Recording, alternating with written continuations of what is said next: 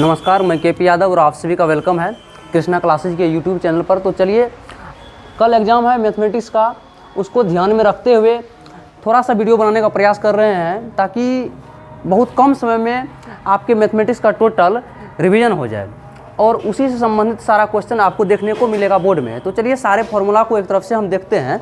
तो पहला फार्मूला है, एक मिनट देखिए यहाँ पर, पहला फार्मूला आपका यूक्लिड विभाजन एल्गोरिथम का जो फार्मूला है आपका a बराबर बी क्यू प्लस आर, ए बराबर बी क्यू प्लस आर, जहाँ पर r जो होता है, रिमाइंडर जो होता है 0 से बड़ा या बराबर, ध्यान रखिएगा 0 से बड़ा या बराबर, लेकिन b से हमेशा क्या रहेगा, छोटा रहेगा, b से हमेशा क्या रहेगा, छोटा रहेगा।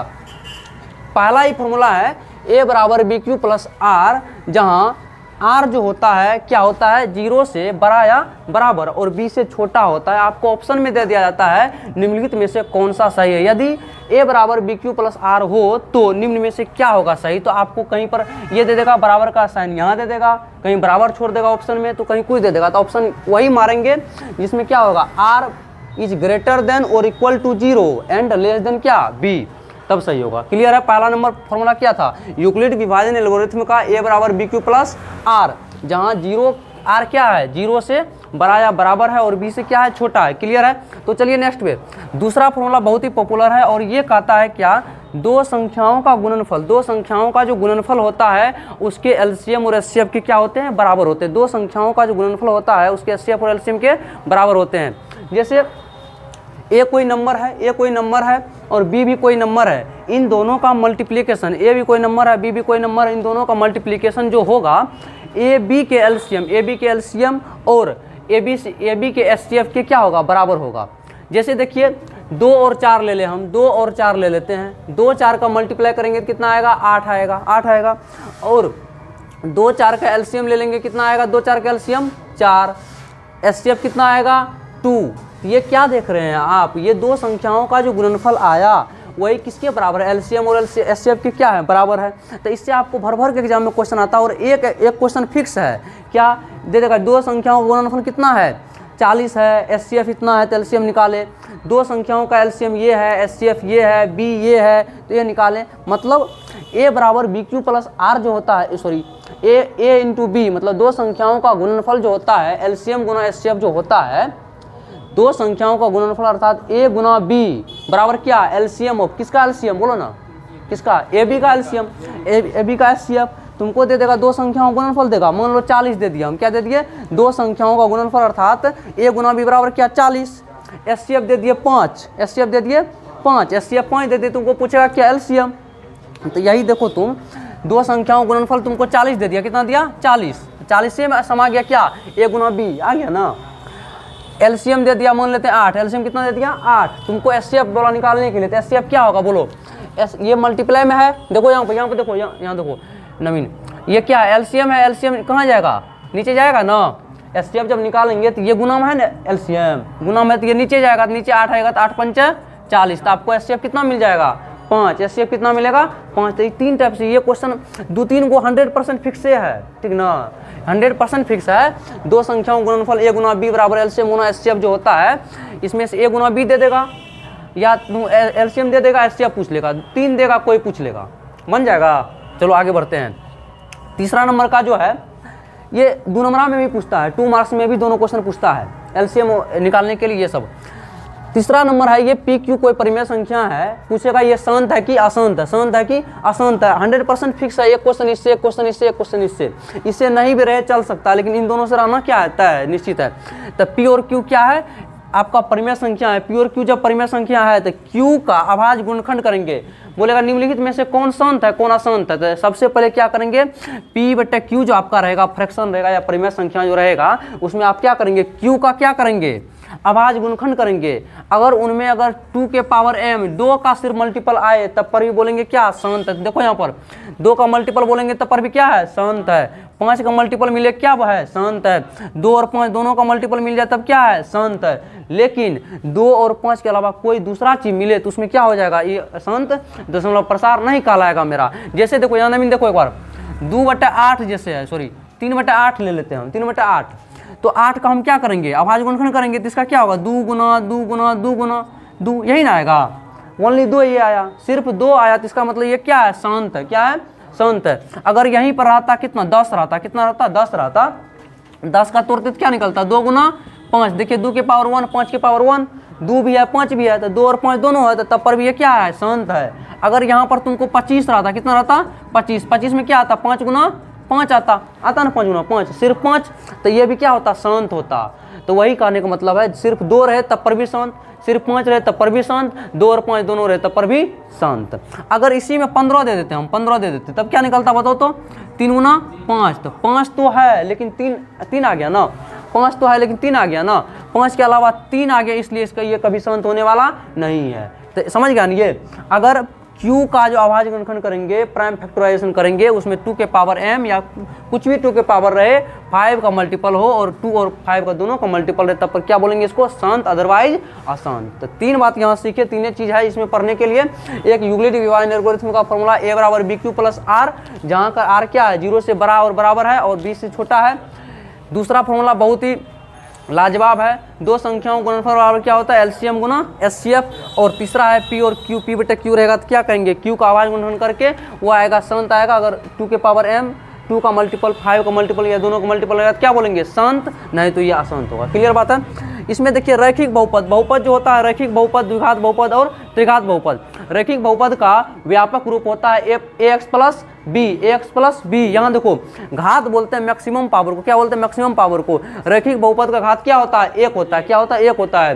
द्विघात बहुपद का घात कितना होता है, 2 होता है। त्रिघात बहुपद का घात कितना होता है, डायरेक्ट पूछ लिया जाता है। द्विघात बहुपद का घात होता है, कोई समीकरण दे देगा तुमको, 5x² प्लस 5 दे देगा, 5x² प्लस 5 दे दिया, तो इसका घात पूछा तो क्या बोलेगा, मैक्सिमम पावर देखेंगे। या कुछ भी दे दे, हम 5 के यहाँ 7 दे देते प्लस 5x की पावर 4 देते, तो x की पावर 4 भी है, यहाँ पर 7 भी है ना, तो मैक्सिमम पावर कितना है, 7, मैक्सिमम पावर 7 है, तो 7 होता है। इस समीकरण का क्या होता, घात होता। मैं समझा, 7 घात होता। त्रिघात बहुपद हो गया, द्विघात बहुपद हो गया और हो गया ना तीनों, ये तीनों का व्यापक रूप है। डायरेक्ट पूछेगा निम्नलिखित में से कौन त्रिघात बहुपद का व्यापक रूप है, तो बन जाएगा ना। त्रिघात बहुपद का घात कितना, बोलो 3, द्विघात का कितना 2, रैखिक का कितना 1। तो चलिए द्विघात बहुपद का अगर शून्यक, शून्यक समझ रहा है ना, जिस वैल्यू पर मान बहुपद क्या हो जाए, 0 हो जाए। शून्यक अगर अल्फा हो और बीटा हो, अगर द्विघात बहुपद का शून्यक अल्फा बीटा हो, तो शून्यक का योग क्या होता है, -b/a। याद रखना, -b/a। अल्फा इंटू बीटा क्या, c/a। अभी देखो करते हैं इसको, ये देखो कैसे सवाल आता है। ये जैसे है, समझ रहा है ना, देखो ध्यान से देखो, यहाँ पर है, देखो यहाँ पर नवीन, यहाँ देखो, अगर मान लो द्विघात बहुपद है 2x² प्लस का 5x प्लस का क्या 7 है, ये आपका द्विघात बहुपद, ये क्या है, द्विघात बहुपद है। इसमें आपको शून्यक का योग पूछा, alpha into beta, sorry alpha plus beta, शून्यक का योग अल्फा इंटू बीटा, शून्यक का गुणनफल, शून्यक का योग पूछा तो क्या समझेंगे, अल्फा प्लस बीटा, क्या फॉर्मूला, -b/a। तो ये है a, ये है b, ये है c, है ना। तो -b, तो माइनस का माइनस, b है कितना रे 5, a है कितना 2, तो -5/2 क्या हो गया, अल्फा प्लस बीटा। एकदम पूछेगा ये c/a, c क्या है बोलो तो 7, c क्या है 7 और a क्या है 2, तो ये अल्फा इंटू बीटा हो गया। मैं समझा, इस टाइप से पूछता है। नहीं तो डायरेक्ट अगला देखो क्या है, द्विघात समीकरण का द्विघात बहुपद कैसे निकालते हैं, जब 2 शून्यक दे देगा, शून्यक का योग दे देगा और शून्यक का गुणनफल दे देगा, तो बोलेगा द्विघात बहुपद निकालें। 2 नंबर में पूछेगा और ऑब्जेक्टिव में भी आना फिक्स है। जैसे दे देगा, एक अल्फा दे दिया तुमको 5, बीटा दे दिया 2, मान लो अल्फा 5 बीटा 2, तुमको पूछेगा द्विघात बहुपद निकाले तो क्या होगा, बोलो तो x² minus alpha plus beta कितना रे 5 प्लस 2 इंटू कितना x प्लस क्या alpha into beta, alpha into beta मतलब कितना 5 गुना 2, बोलो x² माइनस कितना 5 2 7x प्लस कितना 10, यही आ गया आपका क्या, ये द्विघात बहुपद आ गया। तो आइए इस टाइप का क्वेश्चन पूछेगा और 100% है, 2 शून्यक देगा, बोलेगा क्या निकाल देने के लिए, इसका बहुत हलवा वाला क्वेश्चन, मतलब ये द्विघात बहुपद निकाल दीजिए, एकदम लल्लूपप रहेगा। उसमें मतलब समीकरण दे देगा, पूछेगा अल्फा प्लस बीटा का मान ज्ञात कीजिए, शून्यक का योग निकालें, समीकरण दे देगा, बोलेगा शून्यक का गुणनफल क्या होगा। ऑप्शन में बहुत, क्वेश्चन में देखा कि नहीं देखा, बहुत है, इस टाइप से बन जाएगा क्वेश्चन। यूक्लिड में सबसे पहला फॉर्मूला, सबसे अगर इंपॉर्टेंट का बात करें सबसे ज़्यादा, तो एक है a गुना b बराबर एलसीएम गुना एचसीएफ, 2 संख्याओं गुणनफल बराबर एलसीएम गुना एस होता है ना, वो है। उसके बाद ये है, कौन सी कहते हैं, ये फॉर्मूला है इस पर, ये तीनों फॉर्मूला द्विघात बहुपद का। व्यापक रूप तो होता है A X square plus B X plus C, उसी का देखो ये अल्फा प्लस बीटा अगर शून्य का है तो अल्फा प्लस बीटा क्या होगा, माइनस बी बटे ए, अल्फा इंटू बीटा क्या होगा, सी बाय ए। द्विघात बहुपद क्या हो जाएगा, x square minus alpha plus beta into X plus alpha plus beta. देखो टेक्निक देखो, यहाँ माइनस है तो यहाँ क्या है, प्लस है, घबराना नहीं, यहाँ माइनस है तो यहाँ प्लस है, एक माइनस दूसरा क्या प्लस आएगा, तो बन जाएगा ना। कोई द्विघात बहुपद दे दिया, उस पर पूछेगा अल्फा प्लस बीटा, निकल जाएगा माइनस बी बटे ए, अल्फा इंटू बीटा सी बटा ए। अब देखो होता क्या, यहाँ अगर माइनस दे देगा, यहाँ अगर माइनस देता तब कैसे करता, ई तो माइनस आइए है, अब बी के जगह पर -5 है ना, तो माइनस माइनस क्या हो जाता, प्लस हो जाता, बस ना। इसको ध्यान में रखते हुए, नहीं तो फर्स्ट देना उसमें जाकर माइनस में मारना, ऑप्शन पहला ऑप्शन ही आएगा -5/2, इसमें नहीं मारना, बस में ना। हो गया क्लियर, कोई दिक्कत ना, आगे बढ़े। आगे देखो, त्रिघात बहुपद का व्यापक रूप क्या होता है, A X cube plus B x square plus C X plus D होता है ना, तो उसका त्रिघात बहुपद का घात कितना, 3।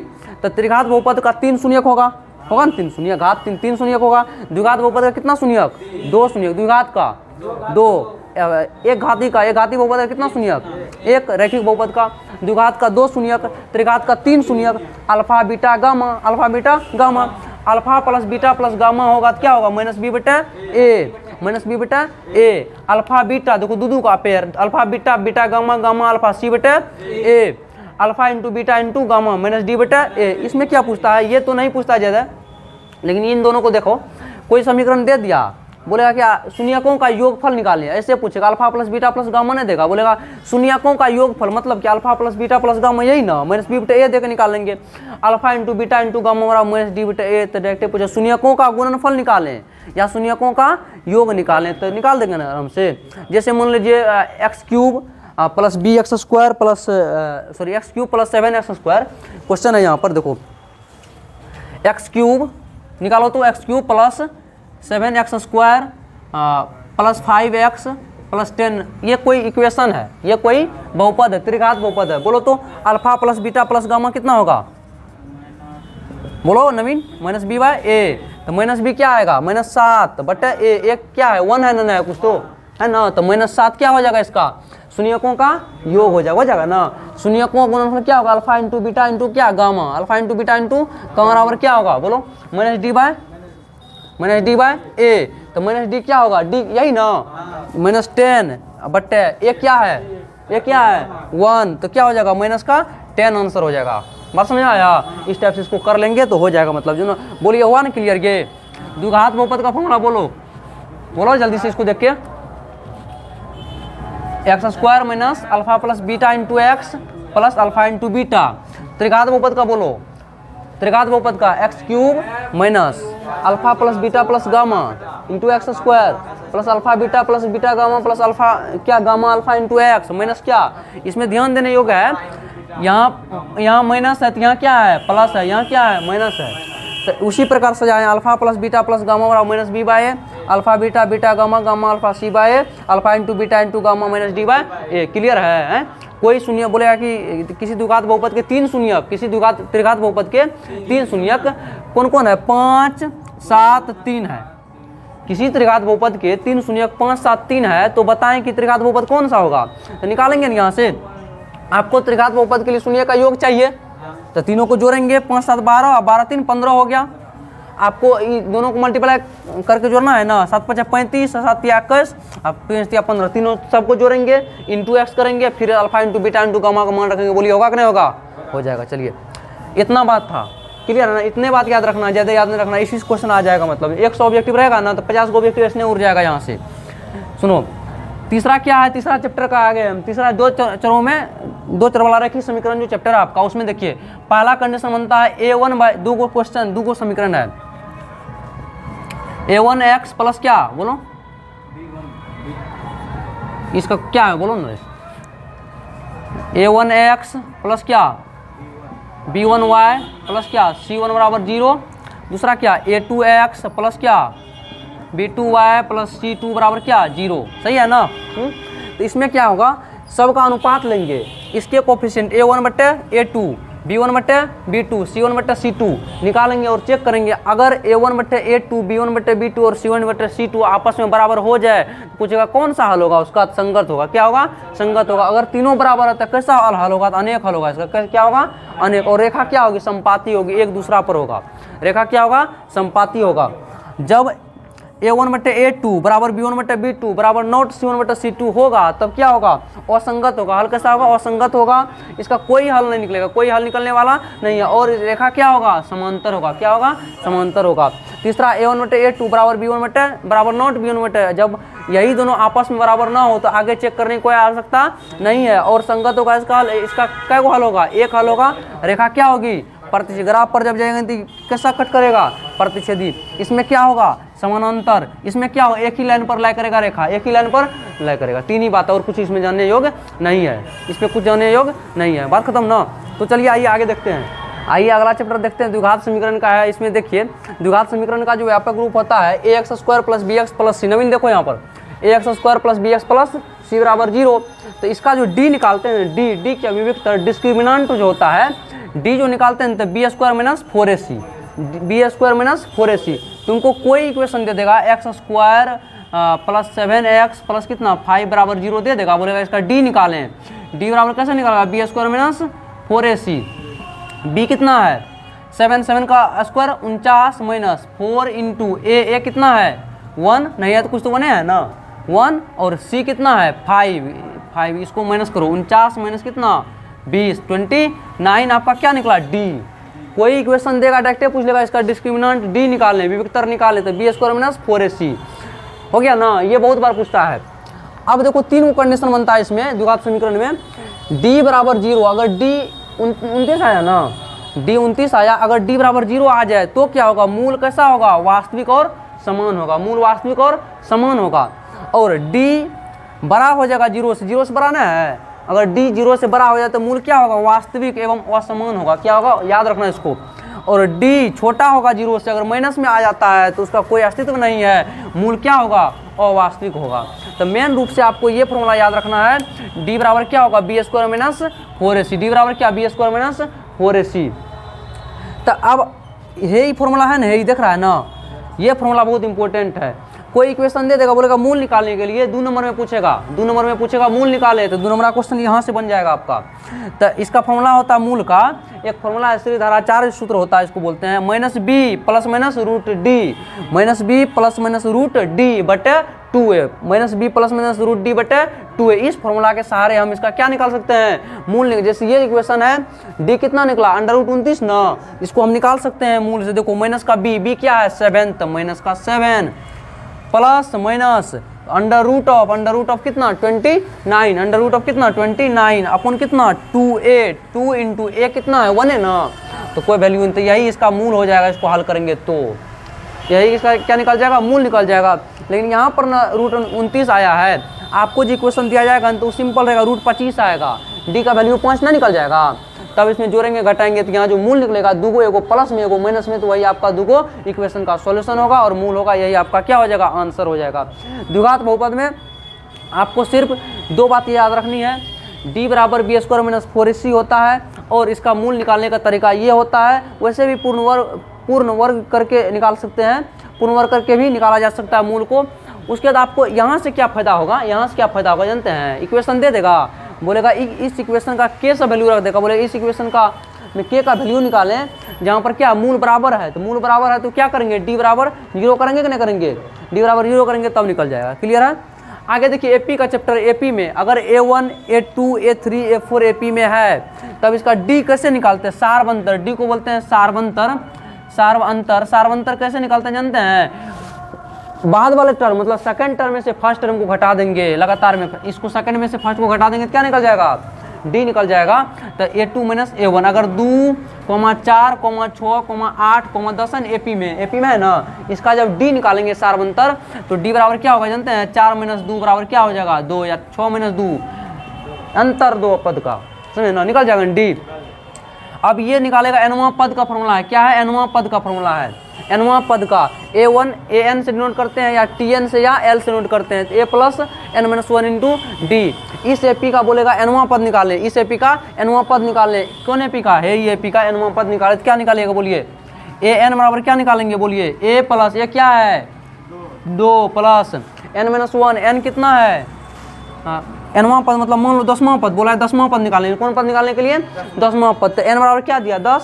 तो n-1 कितना? 10-1 इंटू डी। डी कितना निकला? 2। डी कितना निकला? 2 निकला। तो 2 प्लस n-1 कितना? 9 इंटू कितना? 2। तो 2 प्लस 9 दूनी 18, 18 2 कितना हो गया? 20। तो इस AP का 2 4 6 8 जो डॉट डॉट डॉट है वहाँ तक इसका 10वां पद कितना होगा? 20 होगा। 2 नंबर का क्वेश्चन पूछता है, ऐसे 2 नंबर का ऑब्जेक्टिव में भरल रहेगा। उसके बाद पूछेगा, अगला है n पदों का योग। n पदों का योग, ये आपका इस AP का पूछा nवां पद मतलब 10वां पद। आप पूछेगा जानते हैं क्या? एक टाइप बनता है 10 पदों का योग निकालने, 10 पदों का योग। तो S10 बराबर निकालने के लिए बोलेगा क्या बोलेंगे? n/2। तो n कितना दिया हुआ? 10/2 into A plus AN। A कितना है? 2 है ना? यहाँ सुनो, A कितना? 2 है ना? प्लस A10 कितना निकला? 20। तो इसको कर लेंगे हल, तो ये निकल जाएगा आपका 5 इंटू कितना? 20 2 22। तो ये मल्टीप्लाई करेंगे 110, ये हो जाएगा। बात समझिए? तो इससे निकाल देंगे। यहाँ पर हम 2A plus N-1 into D इससे भी चलते तो हो जाता, मतलब जो A का वैल्यू रखते N का वैल्यू रखते सब निकल जाता। लेकिन हम AN निकाल ही लिए, A10 निकाल लिए, 10वें पद बोल रहा है ना, AN निकाल लिए तब हो गया। मतलब इस टाइप से डायरेक्ट A प्लस AN। तो ऑब्जेक्टिव के पॉइंट ऑफ व्यू से भी बढ़िया है और सब्जेक्टिव के पॉइंट ऑफ व्यू से ही पूछा जाता है। ठीक।